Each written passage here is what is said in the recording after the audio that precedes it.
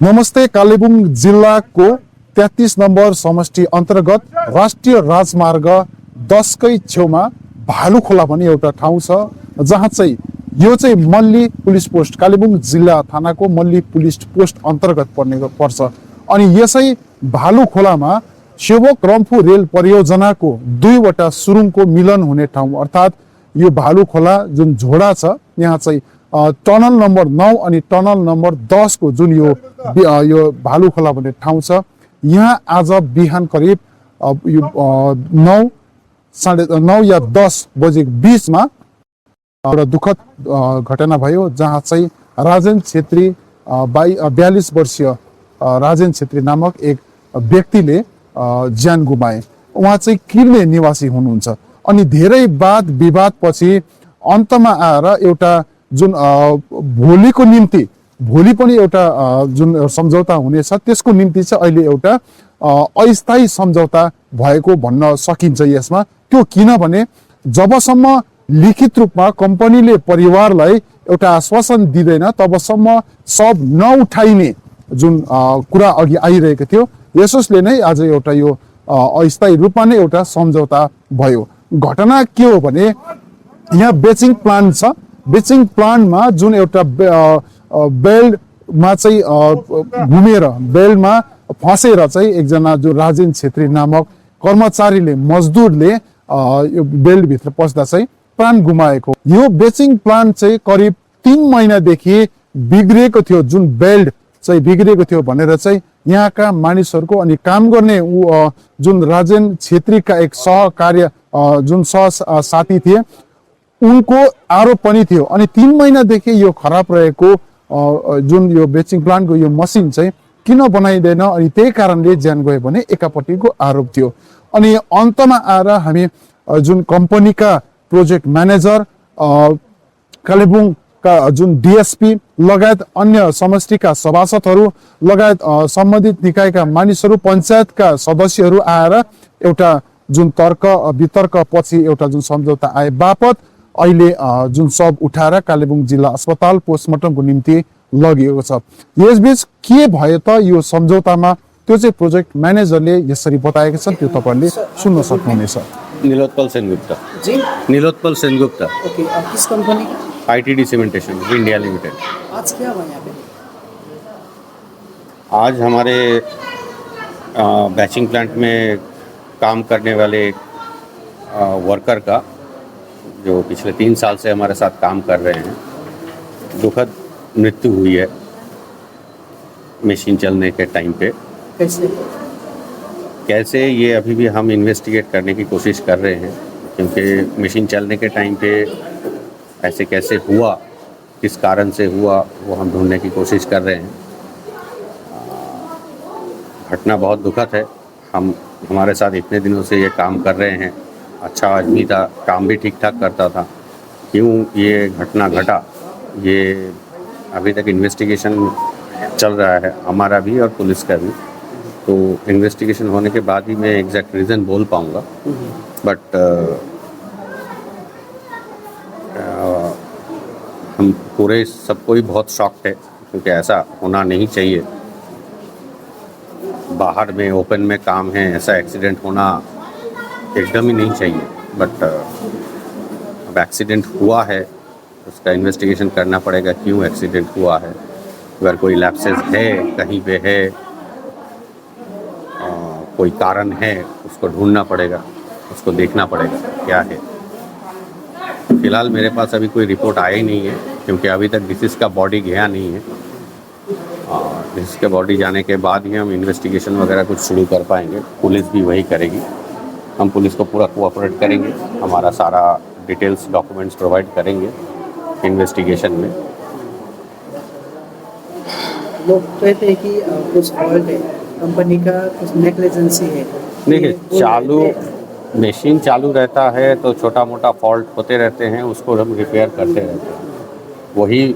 वही मैं बोलने की कोशिश कर रहा हूँ कि एग्जैक्टली किस कारण से ये कहानी हुआ है, ये मैं अभी जब तक इन्वेस्टिगेशन होगा नहीं, हमारे तरफ से, हमारा सेफ्टी टीम, हमारा मैकेनिकल टीम, पुलिस की तरफ से जब तक होगा नहीं तब तक मैं बोल नहीं सकता। तो अभी वो लोग डेड बॉडी ले जाने के लिए जब मना किया था तो ये सॉर्ट आउट कैसे हुआ? अभी सॉर्ट आउट ऐसे हुआ कि हमने कुछ उनके इमीडिएट कुछ डिमांड्स थे और डिसीज के फैमिली के सपोर्ट के लिए, क्योंकि डिसीज अकेला ही अर्निंग मेंबर था और उनके फैमिली में उनके वाइफ 3 चिल्ड्रन हैं, तो उनके सपोर्ट के लिए, उनके वे ऑफ लाइफ के सपोर्ट के लिए कुछ इमीडिएट डिमांड्स था जिसको हमने एग्री किया है और हमको लिख के दिया है। फर्दर कुछ और डिस्कशंस होने हैं। कल एक मीटिंग है किरने में, उसमें फर्दर डिस्कशंस होगा। सर काइंडली वो डिसाइड किया क्या था आप और जब सुना देंगे? ये डिसीजन का पेपर है, ये आप ले सकते हैं। आप थोड़ा उसमें पढ़ लीजिए क्या क्या हुआ तो डिसाइड आप पढ़ने से अच्छा है। डिसाइड पहला तो ये हुआ है कि डिसीज के वाइफ बहनी को हम सूटेबल जॉब देंगे हमारे ऑर्गेनाइजेशन में जब तक हमारा प्रोजेक्ट चल रहा है। एज पर लेबर लॉज जो कॉम्पेंसेशन है उसका प्रोसेस हम इमीडिएट शुरू करेंगे। ऑब्वियसली ये पोस्टमार्टम वगैरह का रिपोर्ट आने के बाद ही हम कर पाएंगे।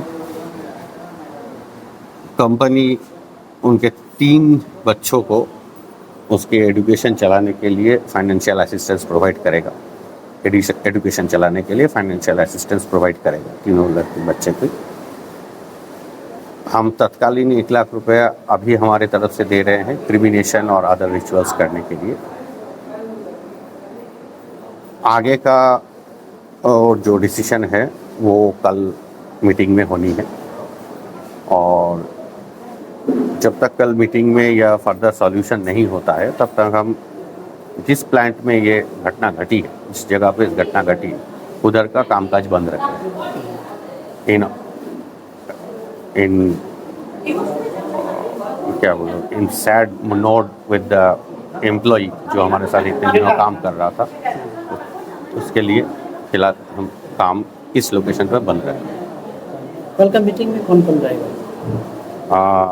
जहाँ तक मुझे मालूम चला है डीएम सब खुद आएंगे मीटिंग को चेयर करने के लिए और बाकी आज जो भी मेंबर्स थे होपफुली सभी रहेंगे। सर आप लोग का तो ये एग्रीमेंट इरकुन के साथ हुआ, आप लोग तो एजेंसी हो जी, है ना? तो इरकुन से जब एग्रीमेंट हुआ तो जैसे ये सब चीज़ घटना अगर सामने आए इसके लिए आप लोग का कुछ डाटा आगे कुछ रूल्स ऐसे कुछ एग्रीमेंट में कुछ बना हुआ है पहले ही? क्योंकि ऐसे जब इंसिडेंट आते हैं तत्काल क्या क्या करें? नहीं, तत्काल क्या क्या करे वो हमारे रूल्स एंड रेगुलेशंस के, हमारे जो कंपनी के रूल्स एंड रेगुलेशंस है उसी के हिसाब से और लेबर लॉ के हिसाब से होना है।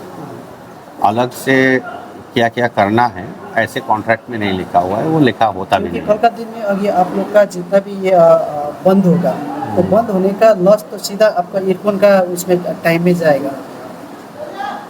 टाइम में तो इरकॉन का ही टाइम में जाएगा लॉस। तो लॉस तो इरकुन का भी है, तो इरकुन से ऐसे कोई agreement हुआ है? होपफुली हम कल डिसीजन में पहुंच जाएंगे तो ज़्यादा दिन बंद रहेगा नहीं। होपफुली हम कल ही डिसीजन में पहुंच जाएंगे। वैसे भी जब तक पुलिस का इन्वेस्टिगेशन नहीं होगा तब तक प्लांट तो चलेगा नहीं, चलेगा नहीं। बंद रखना ही पड़ेगा क्योंकि इन्वेस्टिगेशन जब तक कंप्लीट नहीं होता है रीज़न पता नहीं चलेगा। आईटीडीआई क्या काम देखता था यहाँ पे? हमारा ही काम है, टनल का टनल देखते हैं, टनल और ये ब्रिजेस ब्रिजेज हमारा नहीं है। ब्रिजेस नहीं है। आपका जो क्रशर मशीन है वो आईटीडी का है, जो ये बैचिंग प्लांट है, क्रशर क्रशर नहीं, क्रशर बैचिंग प्लांट बैचिंग है, वो आप लोग का है। सर ये तो एक इंसिडेंट हो गया, अगर फ्यूचर में भी कोई ऐसा इंसिडेंट हो सकता है ना, अगर उसके लिए पहले से आप लोग का कुछ पहले से ये इंसिडेंट ही ना हो उसके लिए ही हमारे सारे सेफ्टी प्रोटोकॉल्स हैं, लेकिन फिर भी कुछ हुआ है। कोई जगह पे कोई तो कुछ फॉलो नहीं किया है जिसके लिए घटना घटी, तो उसको हमको रिव्यू करना है और स्ट्रिंजेंट प्रोटोकॉल्स इम्प्लीमेंट करने हैं ताकि आगे किसी तरीके से ऐसे इंसिडेंट्स ना हो, ऐसे एक्सीडेंट्स ना हो। तो प्रोजेक्ट मैनेजर हो यहाँ पे आपका सेफ्टी डिपार्टमेंट है, हाँ। आपका जो मशीन का उसका ऑपरेटर वगैरह है। हाँ। अगर इस बीच में कोई किसी का फॉल्ट सामने आ गया हम्म। तो एक्शन क्या होगा? उसका एक्शन कंपनी लेगी और मोस्ट प्रोबेबली टर्मिनेशन भी हो सकता है।